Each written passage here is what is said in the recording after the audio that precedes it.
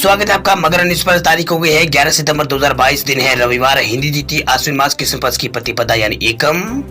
आज की ताजा खबरों के इस अपडेट में बात करेंगे देश भर की तमाम बड़ी और काम की खबरों के साथ ही सरकार की ओर से आज लिए गए कुछ महत्वपूर्ण फैसलों और जारी किए गए कुछ नए नियमों की।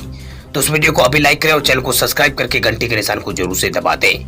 चलिए आगे बढ़ते हैं आज की बड़ी खबरों की तरफ। तो उससे पहले जान लेते हैं आज के दिन का महत्व। तो आज यानी रविवार सूर्यदेव को समर्पित है। सनातन धर्म में सूर्यदेव प्रमुख देवताओं में से एक है जिनकी पूजा वैदिक काल से की जा रही है। आज के दिन भगवान सूर्यदेव की विधि विधान से पूजा अर्चना और व्रत किया जाता है। रविवार के दिन विशेष रूप से सूर्योदय से पहले उठकर स्नान के बाद सूर्य को अर्घ देना चाहिए। सूर्य को अर्घ देने से जातक को आध्यात्मिक लाभ तो प्राप्त होता ही है, साथ ही स्वास्थ्य लाभ भी प्राप्त होता है। चलिए बात करते हैं आज की पहली बड़ी खबर की। तो देखिए 5G को लेकर खुशखबरी, अब ना बढ़ेगा खर्च ना बदली होगी सिम। एयरटेल और जियो यूजर्स को मिली है खुशखबरी। देश भर में रिलायंस जियो और एयरटेल के यूजर्स की संख्या सबसे ज्यादा है। वही दोनों ही कंपनियां हाल में ही 5G कनेक्शन जल्दी यहां पर शुरू करने का ऐलान दोनों कंपनियों ने किया है। सबके मन में रिचार्ज प्लान और सिम की उपलब्धता को लेकर कई सारे सवाल घूम रहे हैं। अब खबर यह है कि जो टेलीकॉम कंपनियां हैं एयरटेल और जियो, उन्होंने 5G की नई सेवाओं के लिए नए कनेक्शन और ज्यादा टैरिफ नहीं लाने का फैसला यहाँ पर किया है। अगर कंपनियां ऐसा करती है तो ग्राहक जो है वो मौजूदा 4G टैरिफ रेट पर ही 5G की बेहतर क्वालिटी का फायदा ले सकेंगे। दरअसल जियो और एयरटेल दोनों ही कंपनियों ने ऐलान किया है कि दीपावली के मौके पर देश के कुछ चुनिंदा शहरों में 5G सेवाएं शुरू कर दी जाएगी। वही कंपनियों ने कहा है कि दिवाली के मौके पर दिल्ली, मुंबई, कोलकाता, चेन्नई, अहमदाबाद और बेंगलुरु, हैदराबाद जैसे बड़े शहरों में 5G की शुरुआत जो है वो की जाएगी। वही देश में 5G फोन इस्तेमाल करने वालों की संख्या काफी सीमित है। वही भारत में भी ज्यादातर 5G फोन कुछ स्पेक्ट्रम बैंड्स को सपोर्ट यहाँ पर नहीं करते हैं। जानकारों का कहना है कि 5G सर्विस को शुरुआती दौर में ज्यादा ग्राहक मिलना मुश्किल है, इसलिए कंपनियां 5G का ट्रायल कुछ चुनिंदा शहरों में यहाँ पर कर रही है। वह देश में 5G फोन की बिक्री अब यहाँ पर बढ़ने लगी है। वही सभी लोगों को पहले ये डाउट था कि 4G से 5G सर्विस शुरू होने से नए सिम कार्ड का प्रबंध करना होगा, लेकिन अभी जो जानकारी सामने आ रही है उसके अंतर्गत प्लान अपग्रेड करने पर सिम नहीं बदलना होगा। वह ग्राहकों को केवल टेलीकॉम ऑपरेटरों को जानकारी देनी होगी कि आपके पास 5G हेडसेट है, जिसके बाद 5G कंपनियां अपने ग्राहकों को 4G सिम पर ही 5G या फिर जो अपने ग्राहक है उनको 4G सिम से डायरेक्ट 5G में कन्वर्ट कर देगी। बात करते हैं अगली खबर की। तो SBI के ग्राहकों के लिए बड़ी खबर, बैंक ने लॉन्च की है नई SMS सर्विस। अब सेकंड्स में चेक कर सकेंगे फास्टैग का बैलेंस।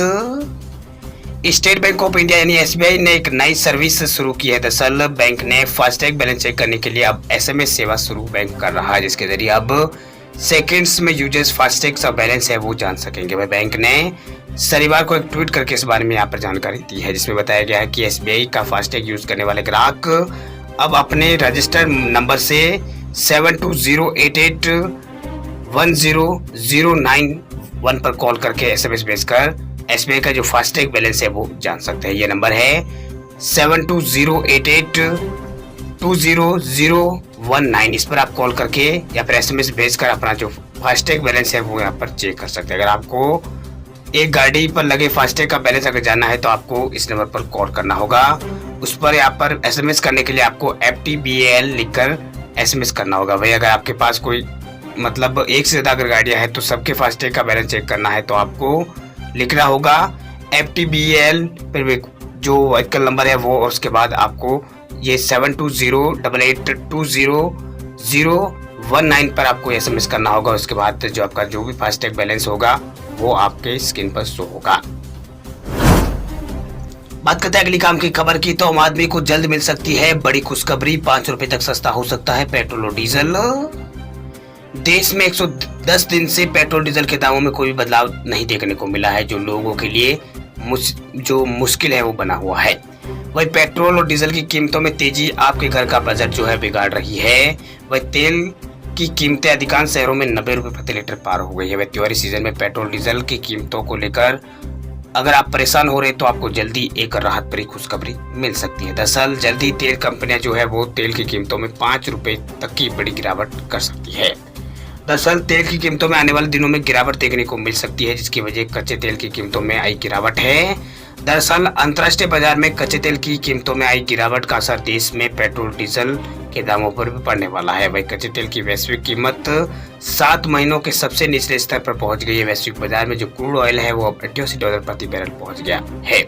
यानी पहले ये मार्च महीने के अंदर जो बैरल था वो 139 रुपये, यहाँ पर $39 बैरल पहुंच गया था, लेकिन अब इसमें बड़ी गिरावट है, ये $88 प्रति बैरल अब ये पहुंच गया है।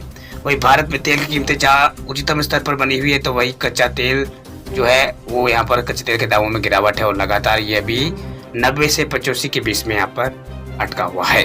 वही कच्चे तेल की कीमतों में गिरावट के कारण पेट्रोल डीजल कीमतों में गिरावट आने की संभावना दिख रही है।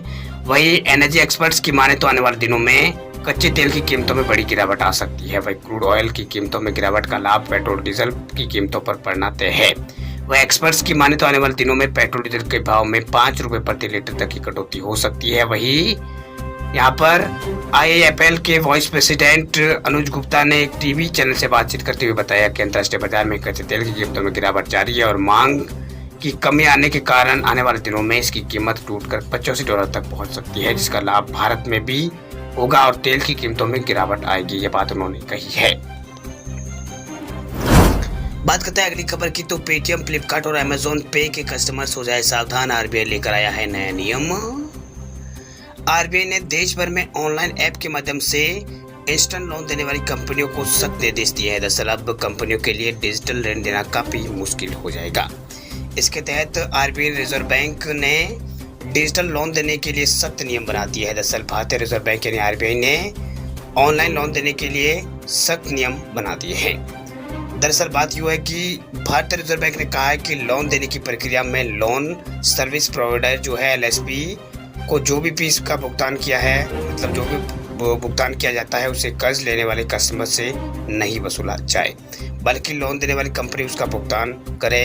वही आरबीआई ने ऑनलाइन लोन देने वाली कंपनियों को कई दिशा निर्देश जारी किए, जिसके तहत तीसरे पक्ष के माध्यम से बेलगाम वसूली और इसके अलावा डाटा और इसके अलावा गोपनीयता का उल्लंघन और कस्टमर से अनुचित आचरण और ब्याज दरों का ज़्यादा होना, इन सबों का यहाँ पर जिक्र इस सर्कुलर में यहाँ पर किया गया है। वही इसमें यहाँ पर कहा गया है कि कंपनियां लोन देते समय ग्राहकों को फेसबुक, इंस्टाग्राम जैसे सोशल अकाउंट से कनेक्ट यहाँ पर कर लेती है और ऐप इंस्टॉल कराते समय लोगों को बिना शर्त जाने उन्हें परमिशन दे देते हैं। और जब कस्टमर लोन नहीं दे पाता है बाद में लोन देने के लिए अकाउंट्स के माध्यम से लोगों को फंसाते हैं और लोग अपना ज़्यादातर समय इसी पर बिताते हैं और उनका डाटा शेयर यहाँ पर कर दिया जाता है। वही इसमें कई तरह के फ्रॉड्स यहाँ पर होते हैं। क्रेडिट कार्ड कंपनियां हैं वो सिंबल कंपनियों के माध्यम से ऐसे लोगों को टारगेट करती है जिसके आर्थिक हालात ठीक नहीं होते हैं। ये पहले कम अमाउंट का लोन देती है, जैसे मोबाइल की खरीद या फिर 5,000 से 10,000 रुपये का पर्सनल लोन, फिर बाद में यहाँ पर पसारी के लिए अधिक दर पर ब्याज यहाँ पर वसूलता है। इस तरह से ये जो नए लोन के सिस्टम है इसके लिए यहाँ पर आरबीआई ने इसको लेकर जो दिशा निर्देश है वो जारी किए हैं। वही आरबीआई ने ऑनलाइन पेमेंट देने वाली सभी कंपनियों को निर्देश दिया है कि वे ग्राहकों के डेटा को बिना उनकी मर्जी के इस्तेमाल नहीं करें, ना ही बाय नो पे लेटर जैसे स्कीम्स के आड़ में ग्राहकों को परेशान करें। बात करते हैं अगली खबर की, तो व्हाट्सएप का इस्तेमाल करने वाले लोगों के लिए बड़ी खबर देखिए, अब हर किसी के काम आएगा व्हाट्सएप का नया फीचर। झटपट सामने आएंगे पुराने मैसेज। व्हाट्सएप कथित तौर पर एक अपग्रेडेड सर्च फीचर पर काम कर रहा है जो यूजर्स को किसी भी खास तारीख को भेजे गए मैसेज को देखने की अनुमति देगा। दरअसल iOS के लिए व्हाट्सएप पर इस फीचर की टेस्टिंग की जा रही है। कहा जा रहा है कि फिलहाल ये फीचर डेवलपमेंट फेज में है और इसे कब तक जारी किया जाएगा इस बारे में फिलहाल कोई जानकारी सामने नहीं आई है। वही एक रिपोर्ट के अनुसार इसे अभी तक यहाँ पर बीटा टेस्ट के लिए यहाँ पर जारी किया गया है। ये खबर कुछ दिनों के बाद यहाँ पर आई है जब बताया गया है कि iOS के लिए व्हाट्सएप को अपडेट के बाद एक बग मिला है और बग ऑटोमेटिकली म्यूट ड्यूरेशन को 1 सप्ताह या फिर 8 घंटे में 1 हफ्ते से 8 घंटे में बदल देता है। वही व्हाट्सएप के लेटेस्ट फीचर को ट्रैक करने वाली जो वेबसाइट है वह बीटा इन्फो, उसकी रिपोर्ट में बताया गया है कि iOS के लिए व्हाट्सएप जल्द एक नया सर्च बाय डेट फीचर यहाँ पर लेकर आ सकता है जो यूजर्स को किसी भी विशेष तारीख के मैसेज को सर्च करने की अनुमति देगा। इसका मतलब यह है कि आप तारीखों के हिसाब से नतीजों को फिल्टर यहाँ पर कर सकते हैं। आपके द्वारा सर्च बॉक्स में नाम या फिर नंबर टाइप करने के बाद व्हाट्सएप के कई परिणाम इसमें दिखाता है। ये एक स्क्रीनशॉट है, इसमें आप देख सकते हैं किस तरह ये काम करता है। चलिए बात करते हैं अगली खबर की, तब नहीं खरीद पाएंगे सस्ता आईफोन, भारत सरकार के एक फैसले ने तोड़ा है लाखों युवाओं का सपना। यदि आप भी सस्ते में एप्पल का आईफोन खरीदने का सपना देख रहे हैं तो आपको ये जो सपना है शायद ही आपका पूरा होगा। दरअसल मीडिया रिपोर्ट्स के अनुसार भारत सरकार ने एप्पल द्वारा भारत में रिपब्लिश्ड आईफोन बेचने की स्कीम को अप्रूवल देने से मना कर दिया है। ऐसे में कंपनी अपने अमेरिका और यूरोप से इंपोर्ट किए गए रिपब्लिश्ड फोन को भारत में नहीं बेच पाएगी। दरअसल सबसे पहले तो आपको ये बता दें कि रिपब्लिश्ड फोन होते क्या है, आईफोन होते क्या है। तो दरअसल जब हम यहाँ पर खरीदारी करते हैं तो कई बार ऐसे प्रोडक्ट आ जाते हैं जिनमें कुछ डिफेक्ट यहाँ पर होता है, यानी कंपनी प्रोडक्ट्स को रिप्लेस करके ग्राहकों को नया प्रोडक्ट दे देती है और उनमें वापस लिए गए प्रोडक्ट्स को कंपनी वापस चेक करके मार्केट में कम कीमत में बेच देती है। उसे रिपब्लिश्ड फोन यहाँ पर कहते हैं। इसी तरह के रिपोर्ट प्रोडक्ट्स हैं वही इस तरह से उन्हें पुराने या फिर सेकेंड हैंड आईफोन भी इसे कहा जा सकता है। काफ़ी समय से एप्पल केंद्र सरकार के साथ अपने रिपब्लिश्ड जो फ़ोन है उसको बेचने के लिए बात यहाँ पर कर रहा था, परंतु सरकार ने अभी तक कंपनी की वो अनुमति नहीं दी है। वही सरकार का मानना है कि यदि एक कंपनी को इस तरह के प्रोडक्ट बेचने की अनुमति दी जाती है तो बाकी कंपनियों के लिए भी ऐसे प्रोडक्ट बेचने के लिए जो दरवाजे हैं वो खुल जाएंगे। इससे आने वाले समय में ई कचरे की समस्या भारत में ज़्यादा बढ़ जाएगी। चलिए बात करते हैं अगली खबर की। तो अर्थव्यवस्था को लेकर बड़ी खबर देखिए। अर्थव्यवस्था में तेजी के संकेत। डायरेक्ट टैक्स कलेक्शन 35% बढ़कर पहुंचा है 6 लाख करोड़। व्यक्तिगत आयकर सहित प्रत्यक्ष कर संग्रह चालू वित्त वर्ष में 8 सितंबर तक 35.46% बढ़कर 6,48,000 करोड़ रुपए पार पहुंच गया है। वह टैक्स कलेक्शन में इससे जोरदार बढ़ोतरी से पता चलता है कि भारत की अर्थव्यवस्था में तेजी है और चालू वित्त वर्ष की पहले तिमाही में देश की जीडीपी जो सकल घरेलू उत्पाद है वो जीडीपी पर दर जो है वो भी 13.5% रही है। वह आयकर विभाग के आंकड़ों के अनुसार रिफंड घटकर प्रत्यक्ष कर संग्रह जो है वो 5.29 लाख करोड़ रुपए रहा है, जो कि पिछले साल इसी अवधि के शुद्ध संग्रह से 30.17% अधिक है। वही ये संग्रह वित्त वर्ष 2022-23 के लिए प्रत्यक्ष करों के कुल बजट का अनुमान का 37.42% है। वही बात कर लेते हैं अगली खबर की। तो अच्छी खबर देखिए, छत्तीसगढ़ सरकार का बड़ा फैसला। गोवंश के इलाज के लिए चलाई जाएगी मोबाइल मेडिकल यूनिट।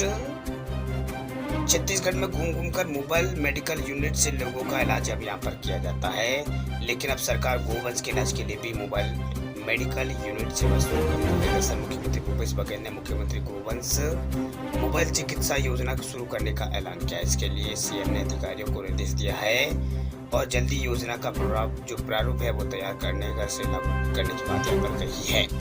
वही सीएम ने शनिवार को यहाँ पर पशुपालकों को बड़ी राहत देते हुए मुख्यमंत्री गोवंश मोबाइल चिकित्सा योजना का ऐलान यहाँ पर किया। इस योजना के तहत घर घर जाकर अब बीमार पशुओं का इलाज यहाँ पर किया जाएगा। वही शुरुआत में योजना के तहत हर जिले में 1 या 2 वाहन यहाँ पर चला जाएगा। इसके बाद धीरे धीरे योजनाओं का विस्तार जो है वो यहाँ पर किया जाएगा।